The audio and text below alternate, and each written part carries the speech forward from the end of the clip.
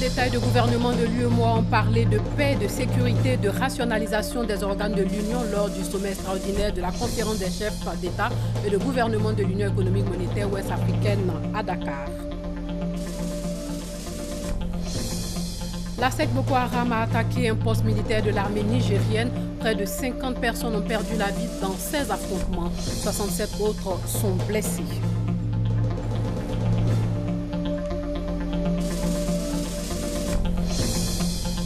Le monde est contre le commerce illégal de la vie sauvage. Protection de l'environnement oblige. La question était au centre des débats aujourd'hui, Journée mondiale de l'environnement.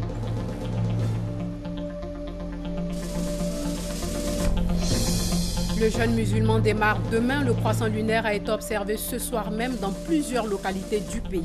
Le croissant lunaire marque le début du Ramadan. Ce mois est une période de générosité, de solidarité et de partage. Madame, Monsieur, bonsoir. Le chef de l'État a regagné Abidjan ce soir. Alassane Ouattara a participé à Dakar, au Sénégal, au 49e sommet ordinaire des chefs d'État et de gouvernement de la CEDEAO et au sommet extraordinaire de l'UEMOA. Ellen Johnson-Sirleaf, la présidente du Libéria, est la nouvelle présidente de la CEDEAO, la commission de la CEDEAO qui a aussi un nouveau président. Et lors du sommet extraordinaire des chefs d'État et de gouvernement de l'UEMOA, les questions liées à la paix, à la sécurité et à la rationalisation des organes de l'Union ont été évoquées. La croissance économique des États de l'Union économique et monétaire ouest-africaine est en moyenne sur les 4 dernières années de plus de 6% selon le président du Conseil des ministres de cette organisation sous-régionale. Et puis l'inflation et le déficit budgétaire, eux, sont maintenus respectivement en dessous de 2 et 4%. Les chefs d'État et de gouvernement de l'UEMOA qui ont aussi parlé de paix, de sécurité à Dakar. Viviane Aïman était à l'ouverture des travaux du sommet de l'UEMOA. Désigné le 8 janvier dernier par ses pairs de l'UEMOA pour tenir les rênes de l'Union économique et monétaire ouest-africaine, le président de la République Alassane Ouattara a en charge de conduire l'organisation commune dans l'environnement économique et sécuritaire difficile actuel. Si la gestion financière et monétaire au sein de l'espace UEMOA a jusqu'à présent eu des effets positifs, a souligné le nouveau président en exercice, des dysfonctionnements apparaissent aujourd'hui au niveau de l'organe de gestion, à savoir la commission de l'UEMOA, et qu'il convient de corriger. Messieurs les chefs d'État et de gouvernement, chers frères, nous sommes tous unanimes à reconnaître que notre Union se porte bien et que sa gouvernance est guidée par l'intérêt général. Pour autant, nous devons tendre vers plus d'efficacité. Nous ne pouvons pas faire l'économie de certaines réformes structurelles. C'est la raison pour laquelle vous avez souhaité qu'une réflexion soit menée sur la question de la mobilisation des ressources à travers le prélèvement communautaire de solidarité et sur celle de la rationalisation des institutions et des organes de l'UEMOA. Au cours de cette session, nous serons appelés à examiner des propositions issues de plusieurs études menées à notre demande. Le danger le plus grave aujourd'hui reste le terrorisme, a alerté le président de la République Alassane Ouattara, qui a inscrit ce point comme sujet prioritaire dans l'ordre du jour du sommet. Les efforts que nous avons accomplis en si peu d'années risquent d'être gravement compromis si notre Union ne trouve pas de réponse appropriée à la question sécuritaire. La situation dans notre sous-région n'a jamais été aussi préoccupante que ces derniers mois. Ce défi que nous lance le terrorisme n'est pas insurmontable. C'est ensemble que nous pourrons le relever, car aucun État ne dispose seul de moyens pour combattre ce fléau auquel nous sommes tous confrontés. C'est pourquoi, me faisant l'écho de cette préoccupation liée à la sécurité dans notre espace communautaire, j'ai pris l'initiative de demander au président de la Commission d'organiser à Abidjan le 27 mai dernier une réunion des ministres de la Défense et de la Sécurité de l'UEMOA. Après le huis clos des chefs d'État, le président de la République Alassane Ouattara s'est réjoui de l'avancée des différents dossiers. Pour ce qui concerne la sécurité, je me réjouis de l'adoption par notre conférence de la déclaration et du plan d'action paix et sécurité. Ceci traduit notre engagement et notre ferme détermination à lutter contre le terrorisme. J'engage la Commission à travailler étroitement avec nos ministres de la Sécurité et de la Défense pour la mise en œuvre diligente et coordonnée de ce plan. Un communiqué final a été lu par le président de la commission de l'UEMOA, Cheikh Hadjibou Soumaré. Le terrorisme continue de faire des victimes. Des islamistes de la secte Boko Haram ont attaqué un poste militaire de l'armée nigérienne à Bosso, une localité du Niger proche de la frontière avec le Nigeria. Une cinquantaine de personnes ont été tuées lors de ces affrontements et 67 autres personnes ont été blessées. La ville de Bosso attaquée dans la nuit du samedi.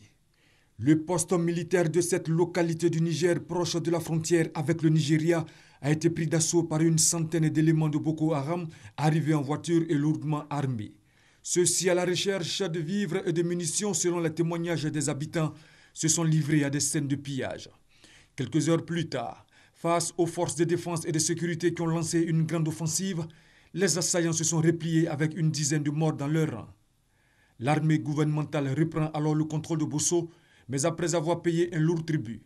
30 soldats nigériens et 2 autres du Nigeria sont tués. Les blessés sont au nombre de 67. Mais à présent, un calme précaire règne sur Bosso. L'armée nigérienne a annoncé un ratissage en cours, mobilisant tous les moyens terrestres et aériens.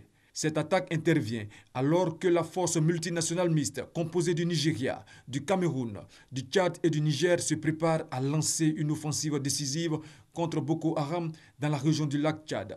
Le groupe terroriste aurait fait depuis 2009 au moins 20 000 victimes dans ces pays. Le sommet de la CEDEAO s'est ouvert au lendemain de l'une des attaques les plus meurtrières de Boko Haram, comme vous venez de le voir, en territoire nigérian. La 49e session ordinaire de la CEDEAO a clos ses travaux avec la lecture du communiqué final en présence de 12 chefs d'État sur les 15 que compte l'espace communautaire.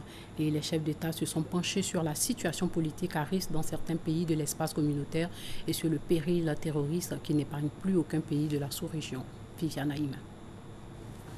Au cours de la cérémonie de clôture, la présidente du Libéria, Ellen Johnson Sirleaf, désignée par la conférence des chefs d'État et de gouvernement pour succéder au président Macky Sall pour un mandat d'1 an à la tête de la CEDEAO, a reçu le flambeau des mains de son prédécesseur, sous les applaudissements de ses pairs chefs d'État.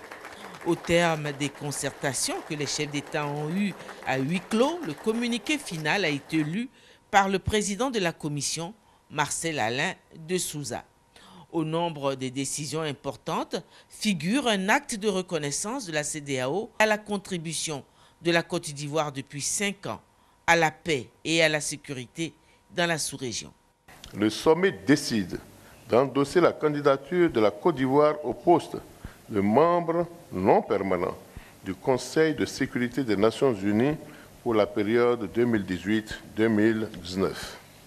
La Côte d'Ivoire avait déjà eu le privilège de siéger pendant 1 an, de 1990 à 1991, à l'ONU comme membre non permanent du Conseil de sécurité.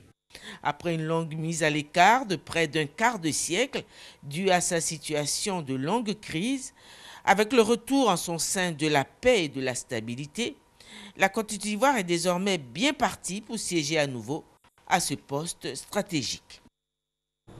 Les musulmans de Côte d'Ivoire entament le jeûne du mois de Ramadan demain après que le croissant lunaire ait été observé ce soir même dans plusieurs localités du pays. Écoutons la déclaration du Conseil supérieur des imams en Côte d'Ivoire. Le Conseil supérieur des imams en Côte d'Ivoire, COSIM, le Conseil des imams sunnites, CODIS, informe la communauté nationale que le croissant lunaire marquant le début du Ramadan 2016 a été observé ce soir à V4 dans la région de Bio, puis à Ravia dans la région de Bouaké. Ainsi, les imams informent toute la communauté musulmane que le Ramadan commencera, Inch'Allah, le lundi 6 juin 2016. Les imams souhaitent bon Ramadan à toutes et à tous. Et je vous remercie. Bismillahirrahmanirrahim. Thumma salatu wassalam ala rasulillah amma ba'd. Niye kibaraye kabanya limami tomba fila yoro kozim ani kodis. Kafo ko kalo yela dugu filala Côte d'Ivoire. Bio marala ani ravia boake marala. Ko ladu. Nala sona sini tenen. No beben. Juin kalo tele woroma 2016 la ole bena ben songalo damnenma ala bato mine ka kalo timede ama wassalamu alaikum wa rahmatullahi wa barakatuh. Le monde célèbre la journée de l'environnement aujourd'hui. Le thème de cette année, contre le commerce illégal de la vie sauvage. Les espèces végétales et la faune sont aujourd'hui en voie d'extinction. Il faut donc agir vite pour les préserver. En Côte d'Ivoire, la journée a été célébrée à Adiaké, ville côtière qui abrite le parc national des îles Eotilé. Le reportage de Franck Kouadiou. Lagune Abi, les éléments de la nature en mouvement, l'orage s'annonce. Une délégation du ministère de l'Environnement et de l'Office ivoirien des parcs et réserves visite le parc national des îles Eotilé dans le département d'Adiaké. Une visite pour explorer la biodiversité dense en ces lieux. Nous sommes le 5 juin, c'est la journée mondiale de l'environnement. Thème choisi pour 2016, contre le commerce illégal de la vie sauvage. Nous sommes rendus ici aux îles Eotilé pour sensibiliser la population sur l'intérêt de préserver le parc national des îles Eotilé.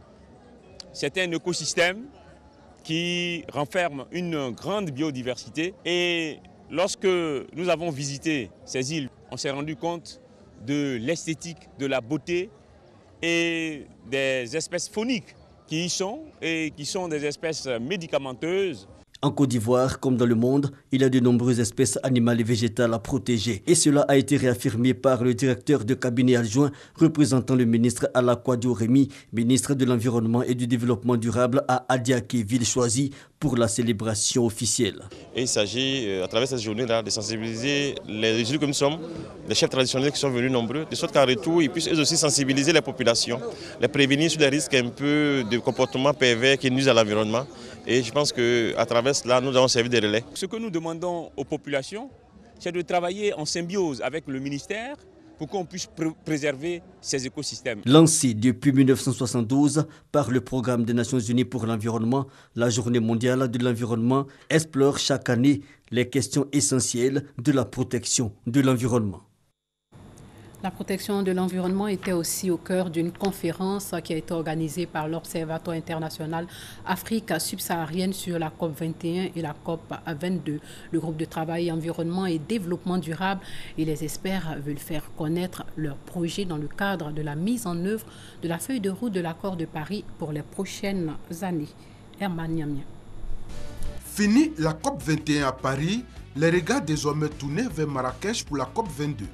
La Côte d'Ivoire affûte donc ses armes pour une participation honorable à cette rencontre internationale sur le climat.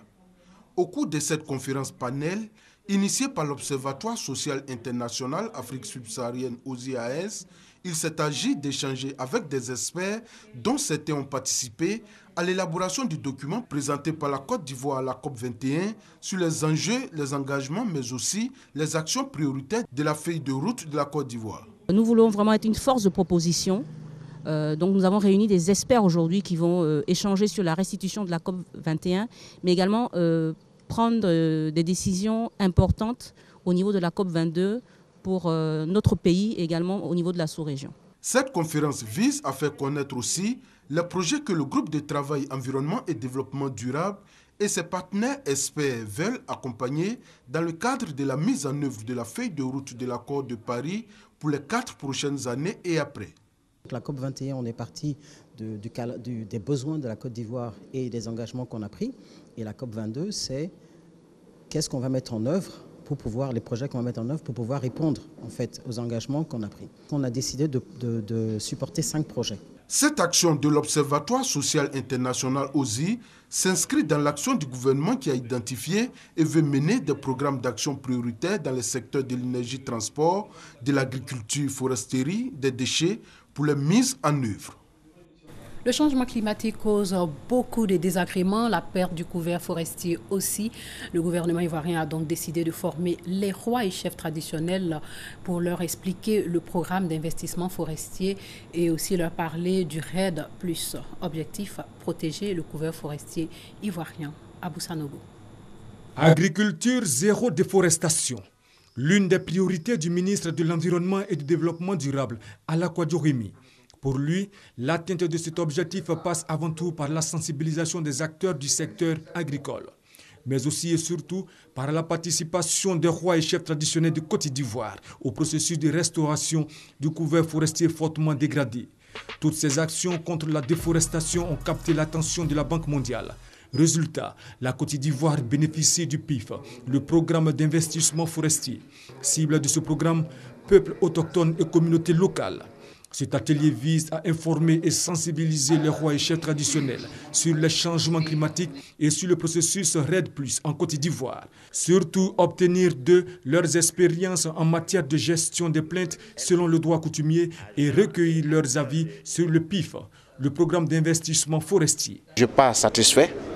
Je pense que nous avons le devoir de la démultiplication. Nous le ferons avec tous nos partenaires au niveau de la région et au niveau du département, de sorte que nous puissions demain ou après-demain, dans la phase d'application, faire bénéficier nos populations dans le cadre de la régénération de nos patrimoines forestiers.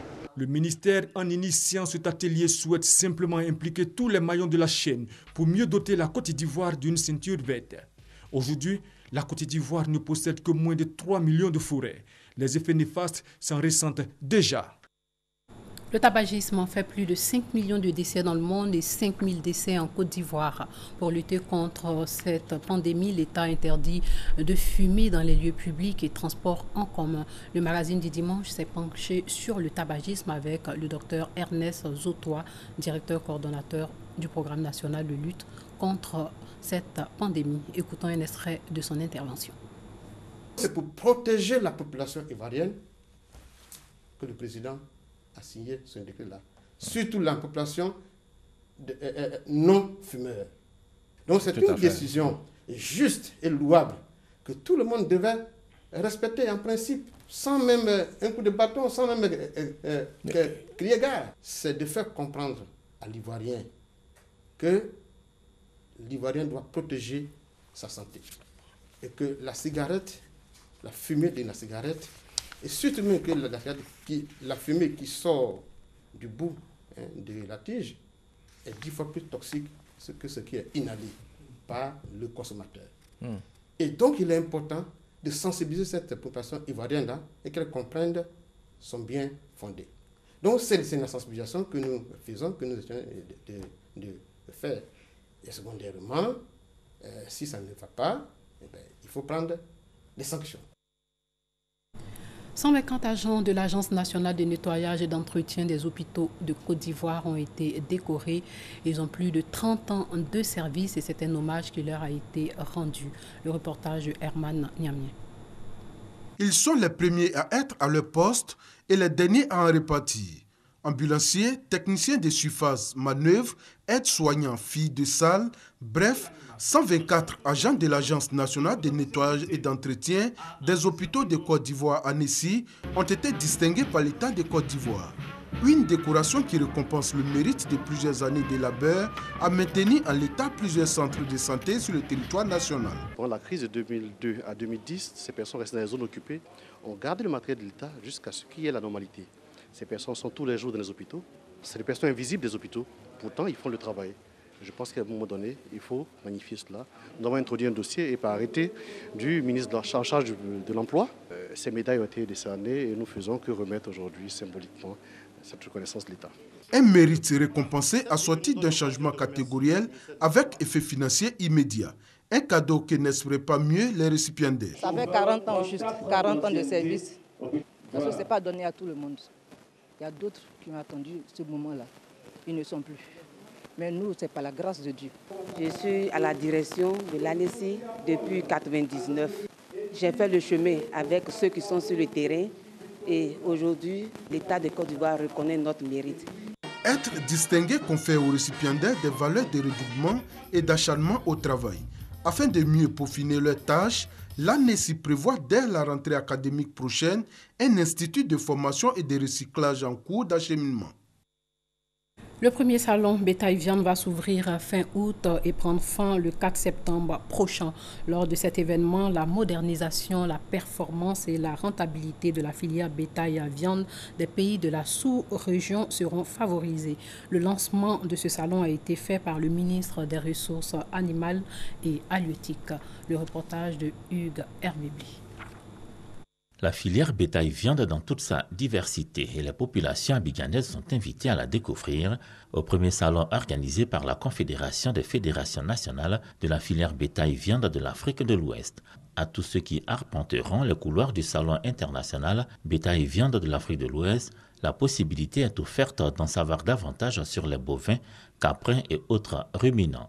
On a jugé bon pour faire un salon aussi parce que tout le temps, ça en Europe, on nous invite. Et chez nous, or ici aussi, on fait de l'élevage. Chaque président de fédération nationale, ils sont prêts à venir avec des animaux pour exposer, pour montrer les qualités. Lancé officiellement en fin de semaine à Abidjan par le ministre des Ressources animales et halieutiques, le CIPVA 2016 devra favoriser la performance et la rentabilité de la filière. C'est d'abord de nous mettre ensemble pour valoriser les produits au niveau de l'élevage. Ensuite, nous mettre ensemble pour échanger sur tout ce qui peut nous permettre d'aller de l'avant et d'atteindre notre émergence dans le domaine de l'élevage. Le salon international bétail-viande de l'Afrique de l'Ouest est prévu à Abidjan du 31 août au 4 septembre cette année. Il est appuyé par l'USAID et de nombreux autres partenaires, tous soucieux de favoriser le développement soutenu et durable de la filière dans l'économie régionale, l'élevage contribuant jusqu'à 44% du produit intérieur brut agricole de certains pays de la sous-région. Sachez que le gouvernement multiplie les actions sur le terrain pour lutter contre le chômage des jeunes en Côte d'Ivoire, d'où une signature de convention entre l'Agence Emploi Jeunes et une structure qui œuvre dans le domaine de l'entrepreneuriat. Sachez aussi que le ministre Sidi Touré a procédé au lancement de la phase 2 de l'opération, une formation Mon passeport pour l'emploi. Grâce Kando. Entreprendre à 0 francs, c'est possible. Ce concept est de la Fondation africaine pour l'entrepreneuriat et le développement économique FAFED. Il vise à lutter contre le chômage des jeunes. Alors, pour la mise en œuvre de ce projet, l'Agence Emploi Jeunes et la Fondation africaine pour l'entrepreneuriat et le développement économique ont signé une convention. La Fondation a développé des techniques pour que les jeunes puissent démarrer leur entreprise sans recours à un financement extérieur. Quand l'entreprise est créée, quand le jeune a commencé à travailler, dans la croissance de l'entreprise, il a besoin de financement. Mais ce blocage de démarrage, nous l'enlevons et c'est quelque chose aujourd'hui qui a été éprouvé. Entreprendre à 0 francs permet aux jeunes de se rendre compte qu'il a la capacité en lui-même de pouvoir donc entreprendre avec des moyens souvent qu'il sous-évalue. Voilà, donc donner la capacité à ce jeune-là d'être autonome et entreprendre et également être un créateur de richesse.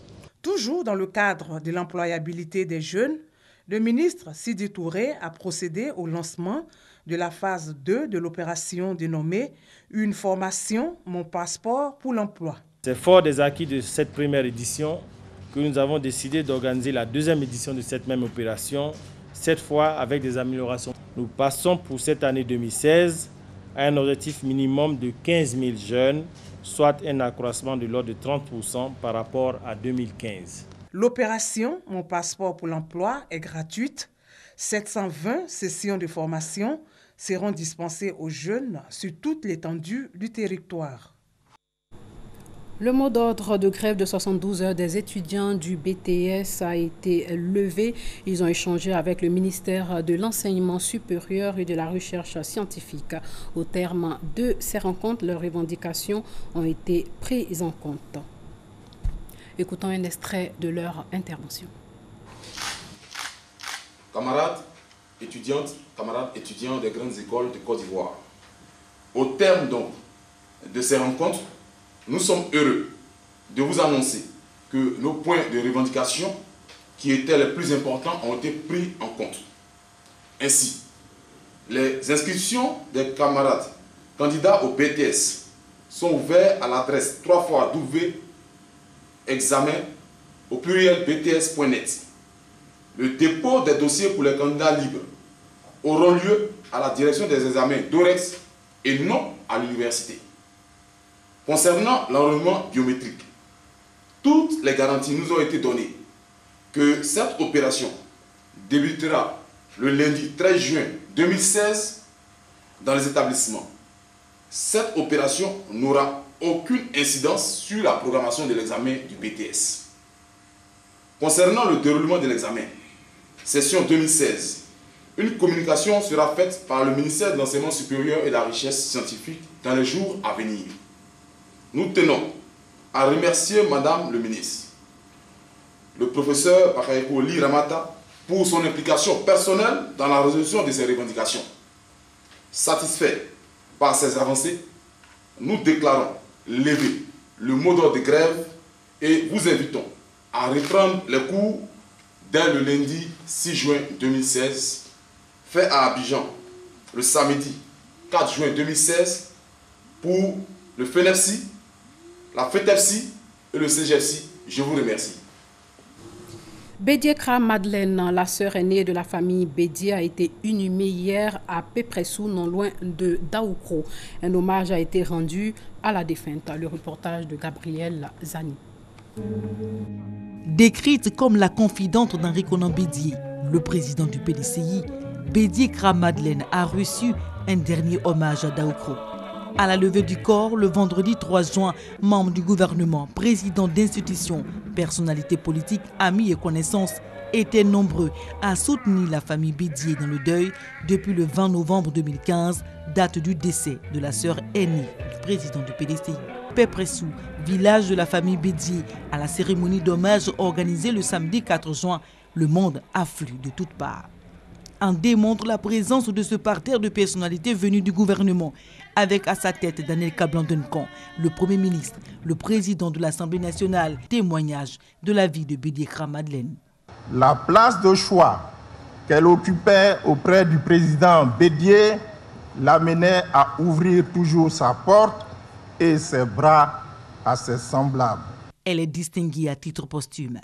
Madame Bédié Kra Madeleine, en vertu des pouvoirs qui nous sont conférés, nous vous élevons à la haute dignité de grand officier dans l'ordre du Bélier.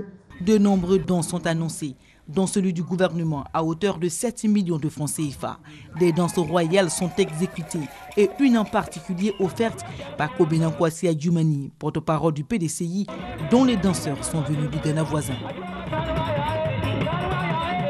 Il y a qu'au président Henri Konan Bédié, compte tenu de la proximité qu'il avait avec sa grande sœur. Et je voudrais dire que le gouvernement se tient dans cette douloureuse circonstance à ses côtés. Elle repose désormais à l'entrée du village de Pépressou, situé à 8 km de Daoukro. Bédié Kra Madeleine, la sœur aînée du président du PDCI, est décédée à l'âge de 87 ans. Esther Memel a été élue Miss Côte d'Ivoire 2016 lors de la finale de ce concours de beauté. C'était hier nuit. Elle fait 1m77 et est étudiante en 3e année de brevet des techniciens supérieurs commerce option assurance.